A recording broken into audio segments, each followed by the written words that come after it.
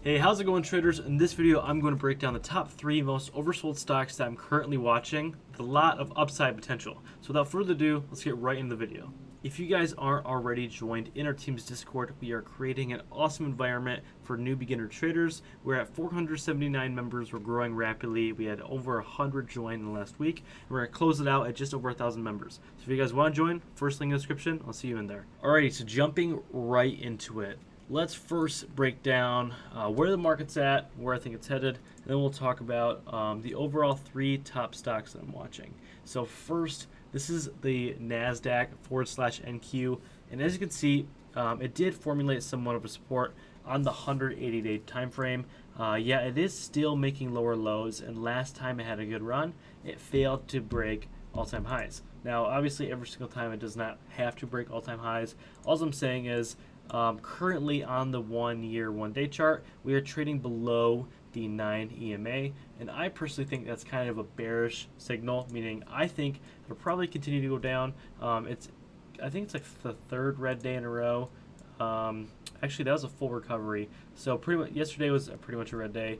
So we're going on a 3rd red day in a row. Hopefully we can get a solid bounce from some buying pressure below the 180-day SMA for a nice bounce back up to all-time highs. But currently, with everything that's going on in the world, I think that potentially it will continue to go down in the near future. Obviously, not in the long run, the market crash or anything like that. But I think in the near future, the market will probably continue to trend down for probably the next week or so, and then we'll see a solid rip up headed into September to all-time highs. But other than that, let's get right into the first stock, and that is ticker symbol PATH. Now, they do have an earnings conference call in about a few weeks, the first week of September, that I'm really excited to listen in on, because this is one of my favorite stocks. Now, as you can see, as of right now, it's at $60 a share, and every time it's at $60 a share, it usually gets a solid bump up to 65, 66 range, generally like a 10% gain. Now, it's like the 3rd time it's at this level, a 4th time, and I really think that over the next few months, this thing will continue to trend higher. This is an awesome stock. I've broken down countless videos on it. This is probably one of my favorite long-term swings.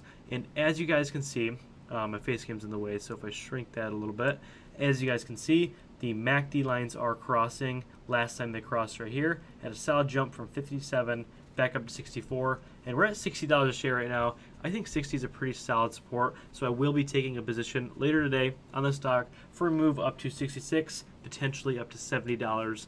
And $72, that's a 20% gain. So I really like this company. I don't want to spend too much time on the analytics about the company. I've broken it down. It's an AI tech company. I think it has a lot of upside potential. I've traded this countless times.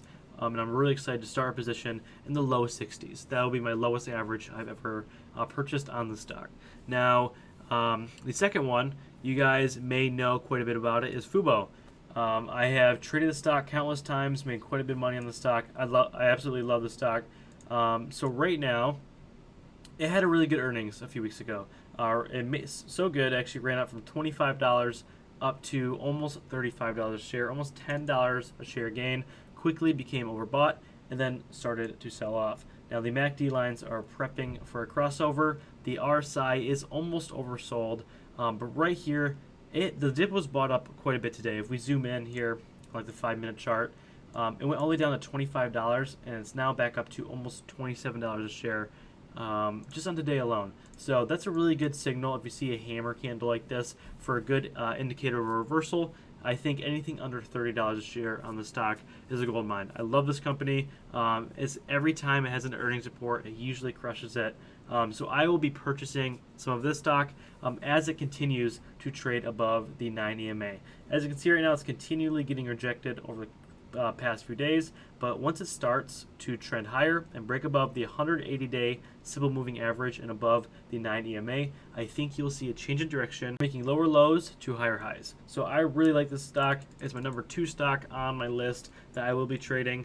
As you can see, it's pretty far away from all-time highs, just like Path was.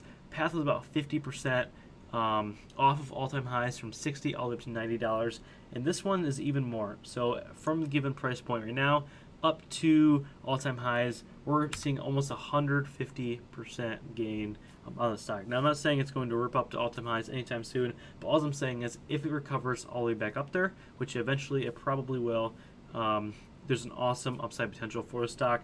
Now, all-time lows, as you can see, was about $15 a share, and you're looking at almost a 50% drop. But as you can see, the earnings report last time made a jump from 15 back up to the 20s. So it usually crushes earnings, and I really like the stock. Again, I don't want to spend too much time in the analytics of the stock, but if you guys don't know Fubo, it's a TV platform. I think they had exclusive rights to the entire World Cup in the U.S., so they're locking in some awesome contracts. Headed over to the third stock on our watch list is ticker symbol SPCE. I'm sure you guys have heard about the stock, heard the buzz around Richard Branson's Virgin Galactic.